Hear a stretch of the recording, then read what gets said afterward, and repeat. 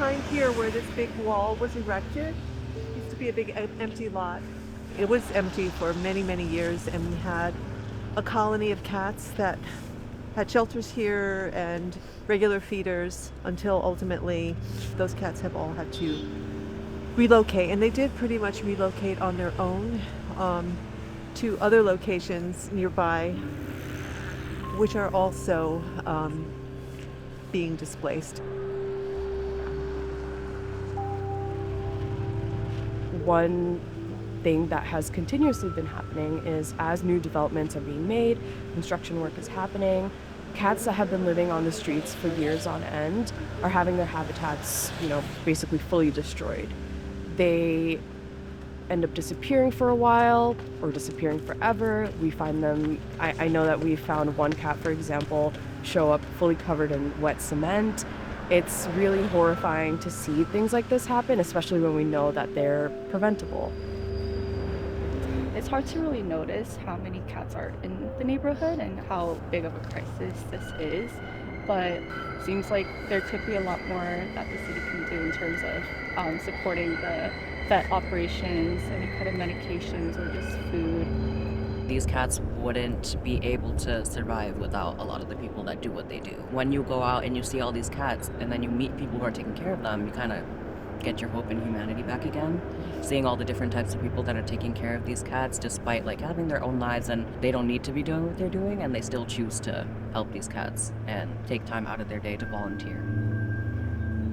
I think for myself personally, just growing up in a lower income household and seeing so many of my neighbors and similar Bengali immigrants being priced out, it's difficult seeing people that make up the identity of the community being priced out, but also so kind of inspiring to see that the newer people who are moving in want to get involved in cat rescue. Mm-hmm. So many of the foster families that we have live in, these what we would call luxury developments, and they have the financial capacity to foster. We may not always have the ability to give them the food, the litter that they may need, and they're totally fine covering it. And that's not something every single organization or even independent rescuer can do. It's not just an animal crisis. It's more than that. It's impacting quality of life.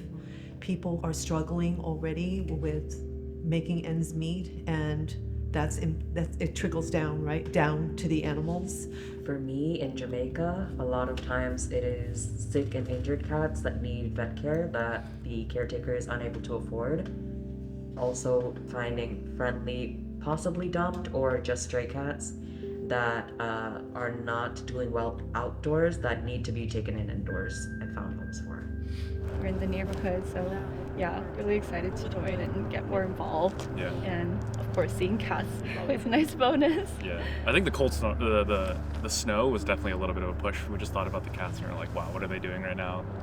I understand why it may seem daunting to want to create a Department of Animal Welfare for people in office who are not aware of the issue, but I think the thing to remember is that animal welfare and human welfare go hand in hand. And where there are animals, there are people helping the animals or working with them.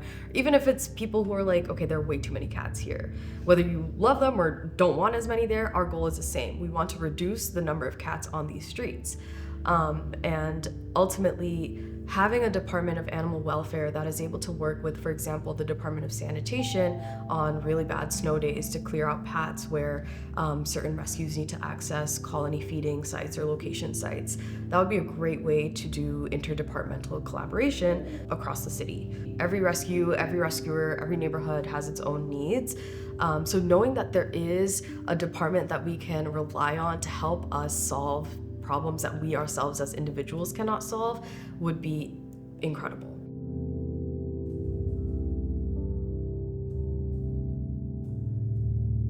You can find us at LIC Feral Feeders on Instagram, Facebook, and TikTok.